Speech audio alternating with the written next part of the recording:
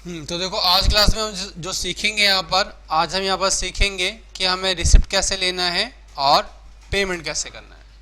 Last class में हमने सीखा था परचेज कैसे करते हैं और सेल कैसे करते हैं। ठीक है, तो इस क्लास में हम क्या करेंगे, रिसिप्ट हमें लेना है और हमें पेमेंट कैसे करनी है हम वो देखेंगे यहाँ पर विद प्रैक्टिकल। अब जैसे यहाँ पर आपको कैश बुक दे रखा है। कैश बुक का मतलब ये होता है कि जो भी हमने लेन देन किस में किया है, कैश में किया, या तो हमने कैश लिया है या फिर हमने कैश दिया, ये कहलाती है हमारी क्या, कैश बुक। जो भी हमने कैश लिया या हमने कैश दिया ये क्या कहलाता है, ये कहलाता है कैश बुक। अब यहाँ पर हमें क्या करनी है, इसकी एंट्रीज पास करनी है। सबसे पहले एंट्रीज क्या दी गई है, कह रहा आशीष को आपने 50,000 रुपए की पेमेंट कर दी है। तो आशीष को हमने 50,000 की पेमेंट कर दी है, तो उसके लिए हम क्या करेंगे, हम आएंगे पेमेंट के अंदर, ऐड करेंगे और यहां पर डेट डाल देंगे और यहां पर हम नाम लिख देंगे आशीष। कितने की पेमेंट करी हमने 50,000 की पेमेंट करी, तो हमने 50,000 अमाउंट डाल दी और नीचे हमने क्या डाल दिया, कैश। ठीक है, जब भी हम किसी भी पार्टी को या कोई भी हमारा एक्सपेंसेस होगा तो वो हमेशा क्या होगा, डेबिट होगा। ठीक है, और कैश हमेशा क्या हो जाएगा, हमारा कैश हमेशा क्रेडिट रहेगा। ये हमने पेमेंट कर दी यहाँ पर। ठीक है, उसके बाद फिर दूसरी एंट्री क्या है, कह रहा प्रज्ञा एंटरप्राइज से आपने कितने रुपए ले लिए, 12,000 रुपए। क्या लिए, रिसिप्ट लिए। तो रिसिप्ट लिए हमें क्या करना पड़ेगा, रिसिप्ट वाउचर में जाना पड़ेगा। तो अब यहाँ पर ये क्या करेंगे, F6 बटन दबाएंगे और कहाँ चले जाएंगे, हम चले जाएंगे रिसिप्ट वाउचर के अंदर। डेट डाल देंगे, यहाँ पर डेट क्या है और यहाँ पर मैं नाम लिख दिया प्रज्ञा इंटरप्राइज और हमने कितने ले लिए, 12,000 रुपए। और क्या ले लिया हमने यहाँ पर, कैश ले लिया। इसके अंदर आप हमेशा याद रखेंगे जब भी आप रिसिप्ट लेंगे किसी भी पार्टी से, तो पार्टी हमेशा यहाँ पर क्या होगी, पार्टी हमेशा रिसिप्ट लेते वक्त क्रेडिट होगी और कैश या बैंक आपका हमेशा ही क्या रहेगा, डेबिट रहेगा रिसिप्ट को लेते वक्त। और देते वक्त क्या हो जाएगा, पार्टी हमेशा डेबिट होगी, कैश या बैंक हमारा हमेशा ही क्या हो जाएगा, क्रेडिट होगा। तो हम क्या कर देंगे, इसको F2 से सेव कर देंगे।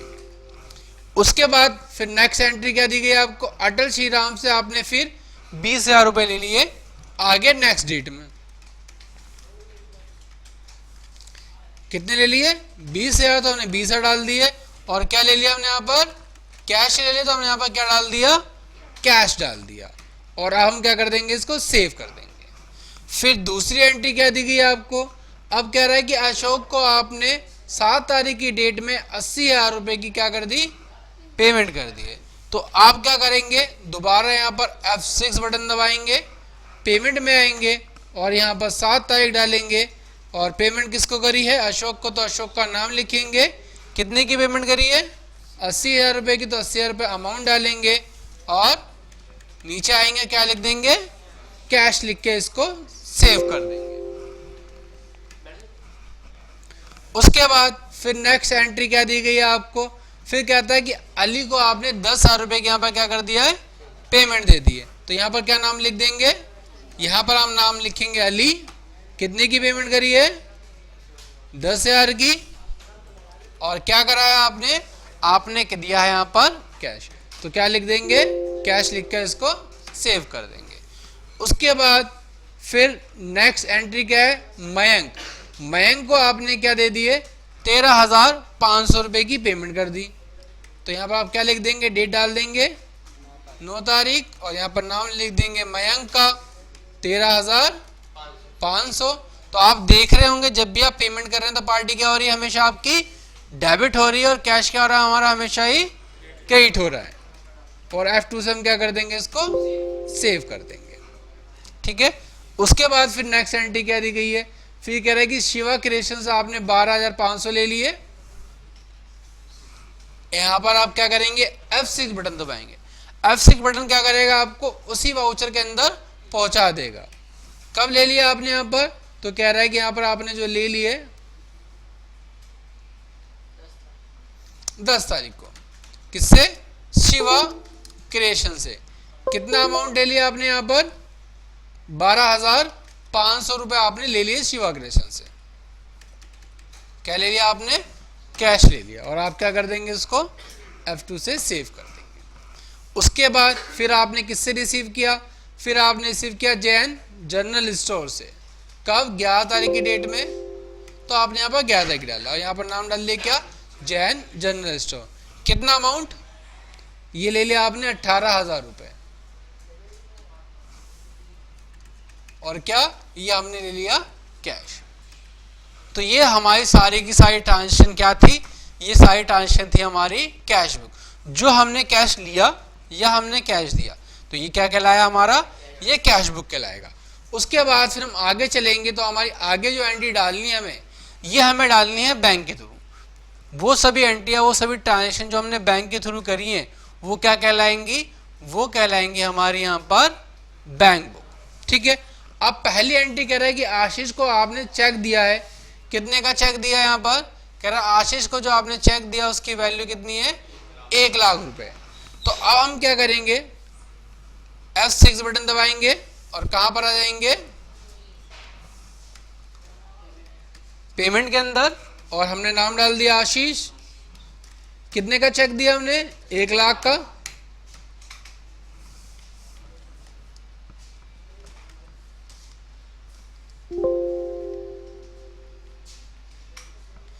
कह रहा क्या दिया? यहाँ पर चेक दिया है, तो यहां पर आप लिख दोगे चेक। अब कह रहा उस चेक का नंबर क्या है? तो जो चेक का नंबर आपको दिया गया यहाँ पर लिखने के लिए, चेक नंबर लिख दोगे। किससे पेमेंट करी है आपने? एक्सिस बैंक से। तो एक्सिस बैंक डाल देंगे यहाँ पर और हम इसको सेव।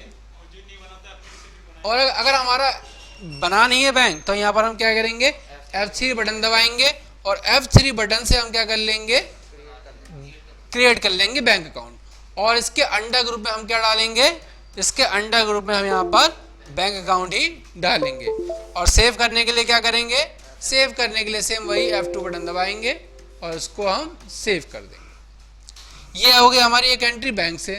फिर उसके बाद कह रहा है कि MS इंटरनेशनल से आपने क्या ले लिया? कह रहा है कि 50,000 रुपए की यहाँ पर क्या ले लिया आपने? NEFT यहाँ पर आपने ली है। NEFT क्या आपके अकाउंट के अंदर आई है। सर ये NEFT क्या होता है? NEFT होता है नेशनल इलेक्ट्रॉनिक फंड ट्रांसफर। ठीक है। ये बैंक के थ्रू होता है। एक होता है आपका RTGS होता है रियल टाइम ग्रॉस सेटलमेंट। ठीक है। तो अभी क्या है? NEFT है। NEFT कितने की है? 50,000 रुपए की है। डेट क्या दी गई है आपको? 2 तारीख। हम यहाँ पर क्या डालेंगे? F6 बटन दबाएंगे और कहां पर आ जाएंगे? रिसिप्ट के अंदर। और यहाँ क्या लिख देंगे? यहां पर हम लिखेंगे MS इंटरनेशनल। कितना अमाउंट? 50,000। और क्या है ये ट्रांजैक्शन मोड? तो आपको यहाँ पर लिख देना है NEFT। सॉरी 50,000 हम यहाँ लिखेंगे और यहाँ लिखेंगे NEFT। और किससे? ये हमारे बैंक अकाउंट के अंदर है, ये एक्सिस बैंक अकाउंट के अंदर। उसके बाद फिर नेक्स्ट एंट्री क्या दी गई है आपको? कह रहा प्रज्ञा एंटरप्राइज से आपने चेक ले लिया। कितने रुपए का? 80,000 रुपए का 3 तारीख की डेट में। तो हमने यहाँ पर डेट डाली और यहाँ पर नाम डाल दिया प्रज्ञा एंटरप्राइज। कितने का चेक लिया हमने? 80,000 रुपए का। चेक नंबर क्या है हमारा? तो चेक नंबर हमको दिया है 09412। और किस पार्टी से लिया? सॉरी कहां पर आया चेक हमारा? ये चेक चला गया हमारा एक्सिस बैंक अकाउंट के अंदर। क्लियर है। उसके बाद फिर नेक्स्ट एंट्री क्या कहता है? फिर कहता है कि आपने अशोक को पेमेंट करी है, विपिन को पेमेंट करी है और विमल को पेमेंट करी है। कितने की? पहले अशोक को पेमेंट करी है आपने। यहाँ पर F6 बटन दबाया। डेट क्या है? तो आप डेट देख के डालेंगे 4। और पार्टी का नाम क्या है? अशोक। कितने की पेमेंट करी है आपने इसको? 1,34,000 की। दूसरी पेमेंट चेक है ये, तो चेक डाल दिया। आगे चेक नंबर क्या है? चेक नंबर है इसका 12406। और किसके अंदर है ये? एक्सिस बैंक से आपने इसको पेमेंट किया है। फिर दूसरी एंट्री क्या है आपकी? फिर दूसरी एंट्री है विपिन, कह रहा है विपिन को आपने पेमेंट कर दी कितने की, कितने की पेमेंट करी है हमने यहाँ पर 3 लाख रुपए की या 30,000 की पेमेंट करी है, 3 लाख की पेमेंट। और चेक नंबर क्या है, तो चेक नंबर है आपका 12,406, 7 है 6 5 है। उसके बाद हमने किससे करी है, हमने एक्सिस बैंक से करी है। दूसरी एंट्री क्या है, फिर दूसरी एंट्री दी गई आपको विमल से, विमल को आपने चेक दे दिया 4,50,000 का। तो यहाँ पर आप डेट डाल देंगे 6 तारीख और यहाँ पर नाम लिख देंगे विमल, 4,50,000 और क्या है आपका चेक है। और यहाँ पर चेक नंबर क्या है आपका, चेक नंबर है 12,400, तो 12,400 आप चेक नंबर डाल देंगे और नीचे आप क्या डाल देंगे, एक्सिस बैंक अकाउंट। यहाँ पर एक चीज़ समझने के लिए है, यहाँ पर ट्रांजैक्शन मोड जो आपको दिया गया है आपको वही डालना है। आरटीजीएस का फुल फॉर्म होता है रियल टाइम ग्रॉस सेटलमेंट।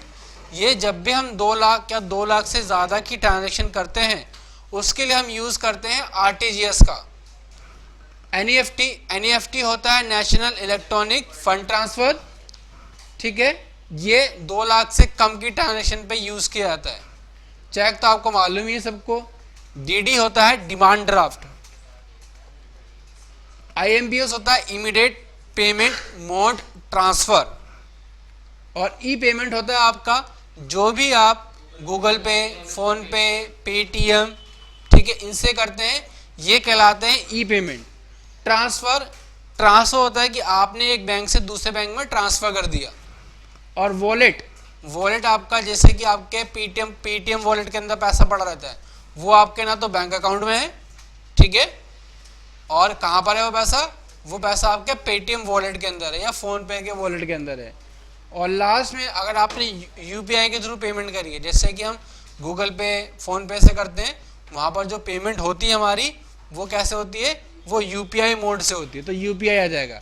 और अगर इसमें से कोई नहीं है तो हम क्या डाल देंगे, उसके लिए अदर डाल देंगे।